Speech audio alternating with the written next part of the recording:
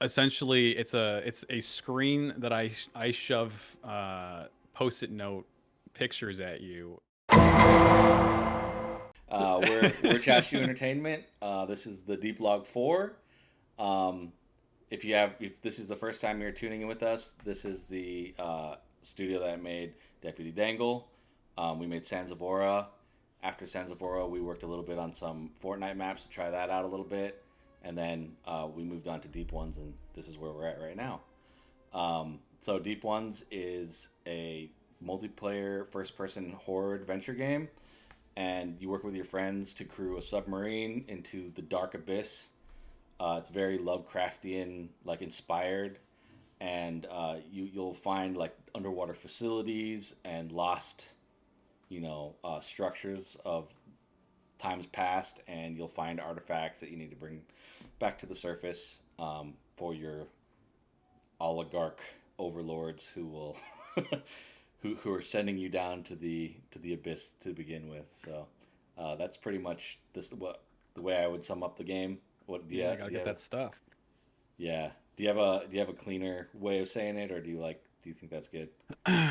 um, no, yeah, I think that that pretty much covers it. Yeah. Obviously we want you to go back down there many times as possible. Um, and the uh, what is it? Our the people sending you down there are perfectly okay with you not coming back up. As long as there's Yeah. one person coming back with the stuff, they're cool with it. And So if you don't, they'll just send someone to get the stuff that you lost. yeah, exactly. So, that being said, this is Dylan. He's a programmer. He's working on different aspects of the game. He also used to be a 3D artist like me and Michael. Yeah, You want to go into that a little bit of that stuff and more about that yourself? process or Yeah. Just like an yeah. introduction about yourself.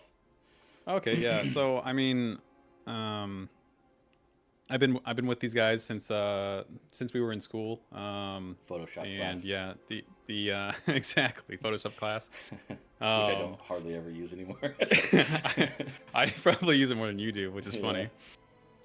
Yeah, I started off as a 3D, probably a prop guy, and I really honestly always wanted to be in the tech artist role for our team. And we kind of pushed me into that direction for Sands of Aura, and we quickly realized that that still wasn't enough programmers. Yeah. So I essentially became our second programmer. Yeah, that's what happens with indie I teams.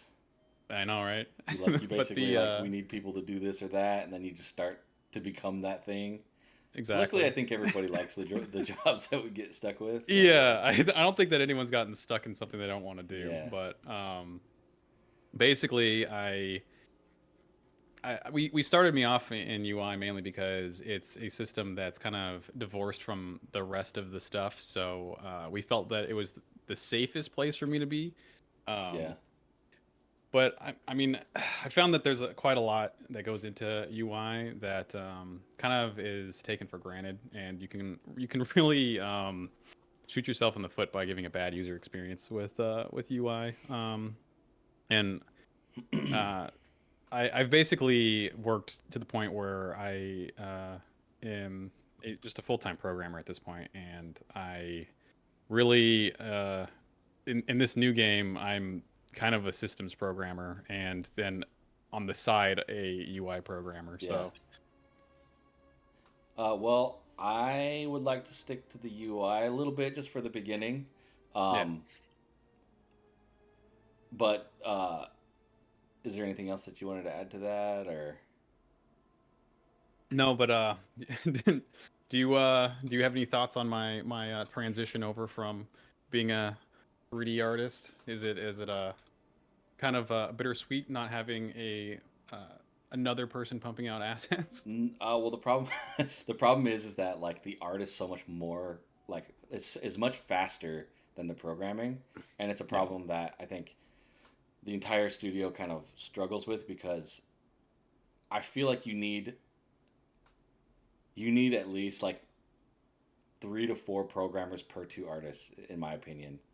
because Yeah. the systems and stuff take so much longer to get going and get working right, and the assets just come. Like the workflow is kind of, it's changing with the technology, obviously, but for the most part, it just stays the same.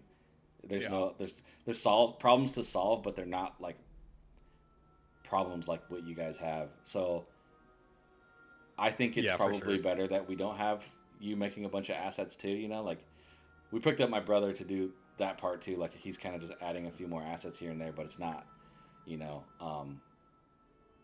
Yeah, it's not I like mean we're he's not overwhelming the programmers with things to add to the game. I guess you know what I mean. I mean and he's been faster picking that up than I have. He's pretty So fast. Yeah, he's been pretty good. yeah. I did a video about him. If you guys haven't seen it, it was a video called an over explanation of some gun or something about that for the game. I forgot what the Yeah. title of the video was, but it's pretty much all his assets that are like the items and tools and stuff. But yeah, I would say we're kind of in the same boat actually. Like I started out as a 3D artist too, and I still am, but I picked up animation and rigging because it's like if you don't have those things and you want to do 3D, you need them, so somebody has got to do it, and then you just become that thing. And you know, I I like mean, you're it dipping so your toes into being a programmer. I saw some a scripts. little bit with some Python, with some Python, mostly copying other scripts and stuff like that. Yeah, Um, it's all we need. Use a little bit of Grok to kind of vibe code some things that kind of broke some stuff, so that Yeah. didn't really work out. uh, but yeah, so for Sands of Aura, you switched over to programming, and you basically became the UI artist. Yeah. Um, how'd you? Well, actually, first let me say that just so that everyone knows, UI is basically like the user experience. It's like the buttons you click. So when you press escape or you press start, it's the menu that pops up where it says continue game, um, settings, what else is in there? Exit game, you know, shit like that. So Yeah, the whole HUD as well. all those things are there, and it's amazing how easy it is to not Yeah. notice it, but if it's bad or if it's missing, you know. It's one of those things that's overlooked until Yeah. it's not right. So it's in a way art is like that too. Like you can decorate a level out, and if it's perfect, people are gonna be like, oh, these graphics are great, but they're not gonna know and talk about like the detail that's in there because it looks right, it looks natural. And if it's not there, people are like, this game looks empty. So, you know, it's Yeah. kind of the same thing with the UI. If it's not working right, you know, You because it notice it feels wrong. immediately. Yeah. Yeah. So it's a thankless job. So remember to thank your local UI artist, It's why I UI have programmer. that poster for Yeah. everything is fine. Yeah. So yeah, But that being yeah, said, to get into the next part, I was trying to ask. So you went to Sands of Aura and you started becoming a programmer. What were some of the immediate issues that you ran into as a UI artist? I mean, so I ran into quite a lot of issues. It was mainly because I'm coming in as a self-taught programmer. A lot of the stuff I built was very heavily coupled with the stuff in the background, which is like a technical way of saying that they relied on each other very heavily.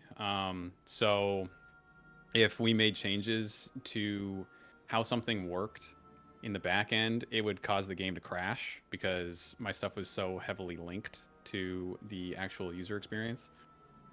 And that's another thing too is that when we first started, I did not know that there was like a differentiation between a the UI and user experience and the back end. I kind of likened it when I was first starting that it really feels like um, essentially it's a screen that I shove post-it note pictures at you, and I give you the illusion that things are happening, but the user experience itself is very much its own thing, and then it calls stuff in the background to do a lot of stuff, and it was pretty overwhelming to start off with. I think I rewrote um, the way that I had built the UI 2 or 3 times. So yeah, it was a tough learning experience. It was kind of reminds me of like the Eve graph for new users.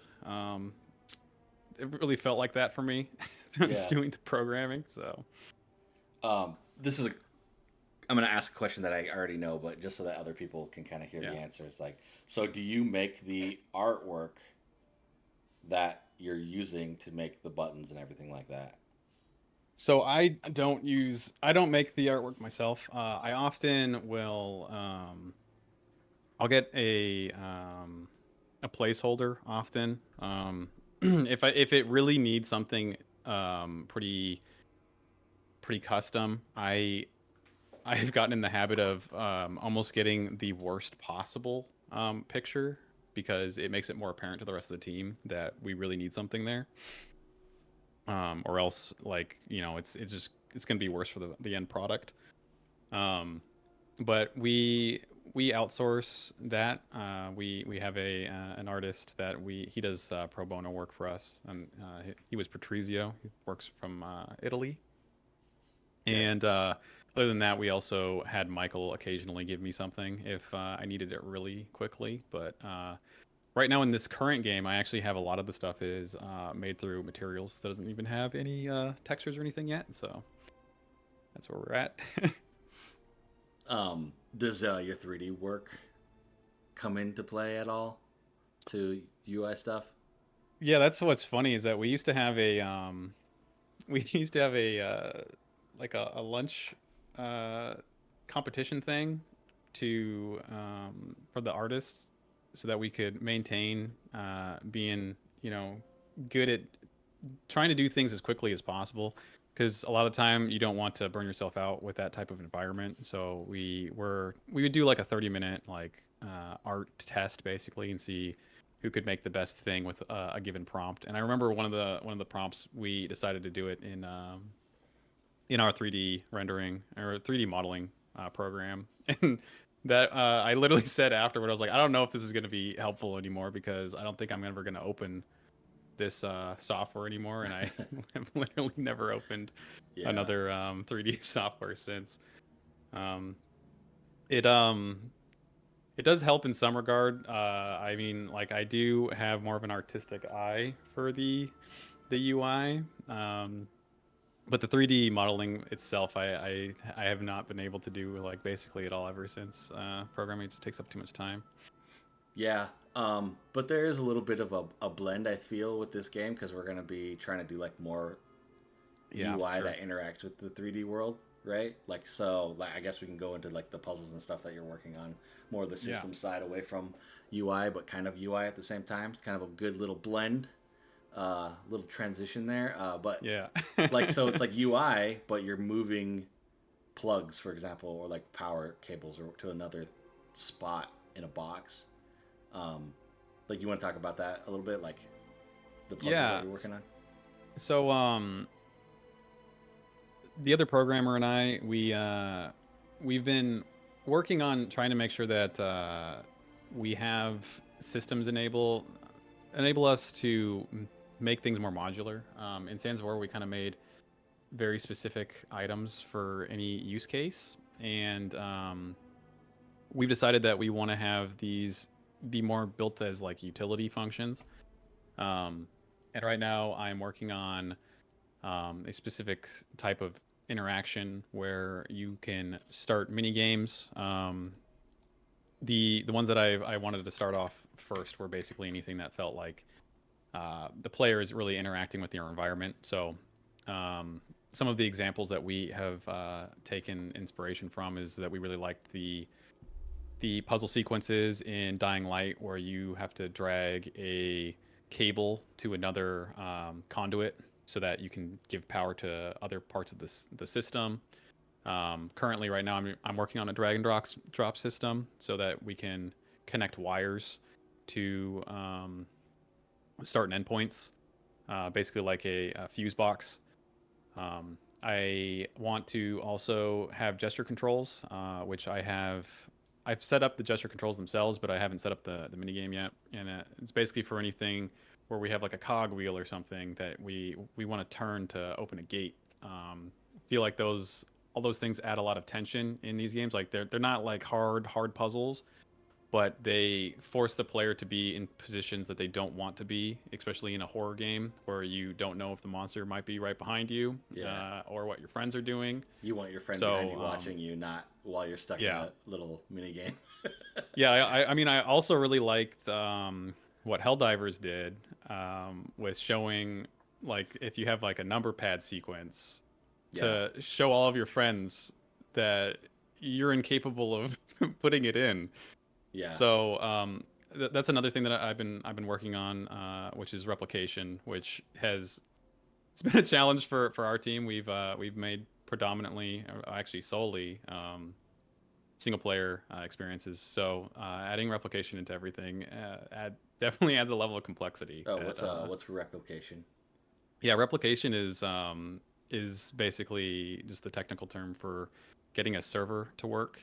So it's necessary for any multiplayer game, and it's essentially the server has its own version of the world, and it has authority on telling all of the people that are playing what they're allowed to do based on the inputs, and it communicates back and forth. And Okay. the replication itself is typically going from server down to clients, but there are other things that allow you to do queries the other way. So I see. Yeah, me and John are living our own hell with the animation side of yeah, that, and yeah, I've so, noticed. but I'll save that for John to complain Yeah. about. So, um, are there any other inspirations for the puzzles that you can bring up from other games that people can maybe Yeah, so expect? some of the games that I like for the gesture controls, I was inspired by like Amnesia, those types of Mm. games where you have the physics interaction. The other game that we've been heavily referencing is No More Room in Hell. Um, they have a few. They're not complicated puzzles, but they do a good job of keeping you rooted while there's enemies nearby. So Yeah. we really like that type of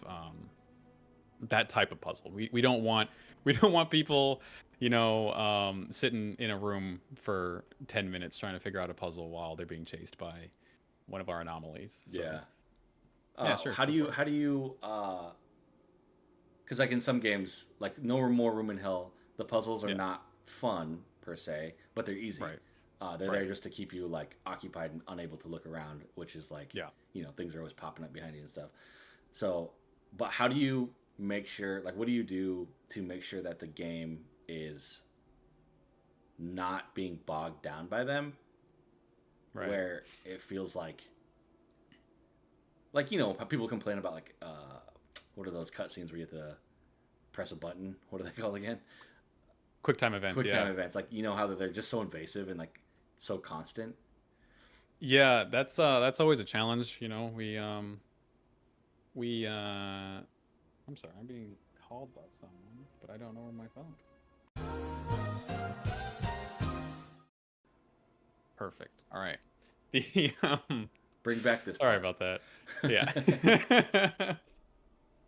Yeah, it's a difficult challenge to make sure that you don't just throw these in everywhere, because then it is just a nuisance, right?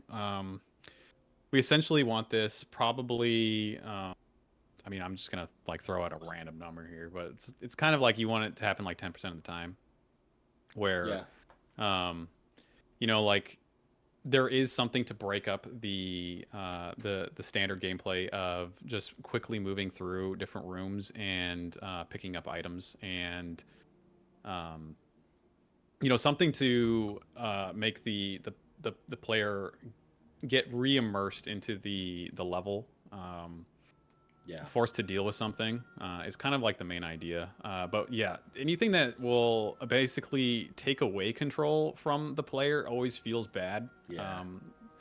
Or you put something too much in the middle of the screen is also very frustrating. Um, we learned that a few times with with our own internal playtest with Sans Aurora, I remember. So Yeah. yeah, it's definitely a balancing act to make sure that we're not just being obnoxious is the best way to say it. Yeah. But yeah, Yeah. All right. So we got the UI and the puzzles, and I assume you're doing the inventory system as well, right? yeah, So I don't know if you've even started on that yet. Oh, I guess you kind of did, right? Because you got the yep, flashlight. Yeah. So, yep. um, what is your vision or your goals for the inventory? Yeah, so because of what I was saying earlier, that John and I wanted to make stuff more modular, so that's our other programmer. We, I really overbuilt what we have for items, and it's because we essentially want it for future content or future games to be able to, if we ever want to have an inventory, to have something that is fairly robust. So our inventory is kind of interesting. In Sans Aurora, we had just a default item class that basically just had all the data for any type of item attached to it, or it would you could make items from that item and you could add extra information for it, but for the most part, it was just one singular thing. In this new way we have it, they're broken into a bunch of smaller pieces, and we basically have one base piece. So you can have an item that is essentially just something you can pick up, um, but it's not really usable in any way, and it doesn't have any UI. Like all that stuff is all separate pieces, and then we have a full inventory system that will communicate as a subsystem on each player. So So, it basically is running in the background for everybody, and it will handle a lot more than our previous one, and it should be more organized. But yeah, okay. So when you say items that don't appear in your inventory, you're talking about like the cable that you would pick up and drag it to another conduit, or yeah, potentially. or would that? Basically, something we could have something that just only takes up space in someone's hand, like the cable, and it if we wanted it to be an item specifically. Um, but it wouldn't. So it would still take up inventory space in that instance, but it wouldn't have any other real function. Um, like it wouldn't show to your HUD or anything, Okay. which is part of it as well. For this game, like I said, it's massively overkill because we don't want the players to pick up everything. It's part of what is so good about horror games. You're picking and Is choosing. having a very limited Yeah. inventory. You have to go back through the room you didn't want to go through. Yeah. So we really wanted to limit how many things you can pick up, or the type of item that you pick up could make it so that you require two hands. So a lot of games do this. You pick it up and you no longer really can swap to another item. Instead, you end up dropping the item on the floor when you swap. So we want to have that type of system. Right now, it just locks you from changing your item. So I need to do a little bit of extra stuff on that end. But yeah, it's a lot of fun. Inventories are a lot of fun. That's like kind of where we started in Sansvora as well, is Yeah. with our inventory. So Um. So the way the inventory is going to look is it like, on the screen right now? There's like a little video playing. Is that the yeah. inventory on the bottom right, on the bottom center? I mean. Yes, Okay. yes. Okay. That is your inventory. Basically, we have it's kind of like a quick bar, I would call it. So there's And yeah, those are all of our slots. The whatever you have active is what is going to be in your hand. So, and that's going to be for all items.